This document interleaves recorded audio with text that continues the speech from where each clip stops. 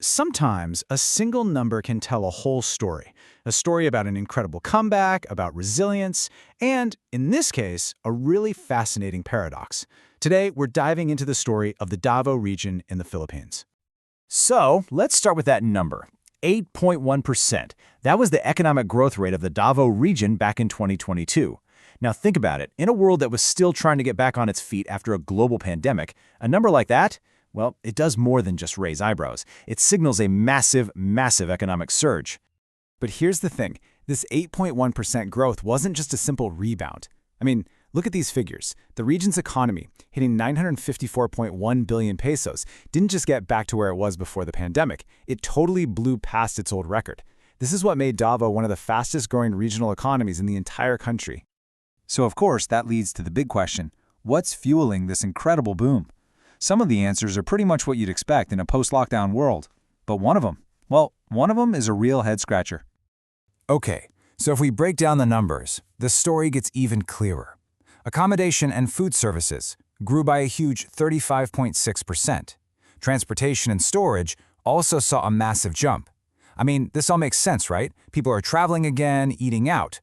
But then you look at the third fastest growing sector, and that's the one that seems completely out of place here. 27.6%. Wow. That is the staggering growth rate for the mining and quarrying sector. And this, right here, is where our story gets really complicated. Because to understand why this number is so shocking, you first have to understand Davao's recent political history. For years, you couldn't really talk about Davao without talking about one very powerful political family, the Dutertes. And for a long, long time, their position on large-scale mining seemed absolutely crystal clear. And this wasn't some, soft policy recommendation. Way back in 2012, the mayor at the time, Saro Duterte, was completely direct about it. An absolute no. Davao City even passed an official ordinance to ban mining. It set a really firm, local, pro-environment precedent.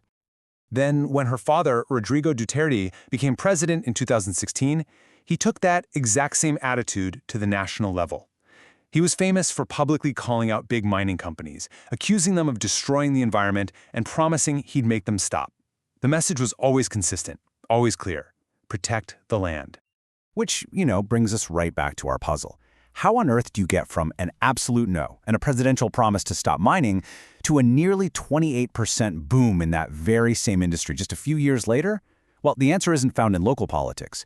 It's in a sudden, dramatic reversal of national policy. I mean, just look at this timeline. It shows you just how wild the turnaround was. 2012, Davao City bans mining. 2016, the new president promises a crackdown. By 2017, his government puts a nationwide ban on new open-pit mining. Everything is pointing in one direction. And then, April 2021, President Duterte signs Executive Order 130. And just like that, a 9-year ban on new mining deals was gone. It was a complete 180. So what exactly was this EO 130? Well, it was an economic move, pure and simple. The order itself says the goal was to kickstart growth and generate revenue to help the country recover from the absolute devastation of the COVID-19 pandemic. So, at the end of the day, the government's motivation did a complete flip. The main drivers shifted from protecting the environment to pure economic pragmatism. The desperate need for jobs and money in a national crisis simply took priority over those long-held environmental beliefs. But here's the thing. Lifting a national ban doesn't just flip a switch and suddenly the floodgates are open. It's never that simple, is it? The reality of what's actually happening back in the Davao region is way more complicated and, frankly, contested. And that brings us right up to today.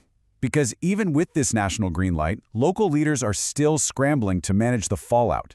In late 2022, Mayor Sebastian Duterte, Rodrigo's son, put together a special task force. Its specific job?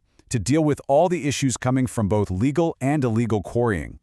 And this wasn't just for show, This task group was given a very clear mission. Get out there, do regular inspections, check if companies are following the rules, and, this is the crucial part, come up with ways to lessen the environmental damage. It's a clear sign that locally they're still trying to keep a handle on the industry, even as national policy is encouraging it to grow. And to add another layer of complexity to all of this, it's not like it's a free-for-all for big business either. Just this year, Nickel-Asia, which is the biggest nickel producer in the country, actually walked away from a huge project in Davao Oriental. And why? because they couldn't agree on the business side of things. So even with a friendly national policy, it's clearly not a guaranteed path to start digging. So when you put all these pieces of the puzzle together, the economic boom, the political history, the policy whiplash, and what's actually happening on the ground, you get a perfect case study of a challenge that communities all over the world are facing. What this all really comes down to is a tough and maybe even necessary compromise. The story of Davo's amazing growth, fueled by this surprising mining boom, is really about how quickly long-held principles can be forced to change when you're faced with the cold, hard reality of economic survival. And that really leaves us with a much bigger question to think about. Looking at Davo's experience, it really makes you wonder, for countries that are trying to lift their people out of poverty, is this clash between economic growth and protecting the environment an unavoidable choice you have to make? What do you think?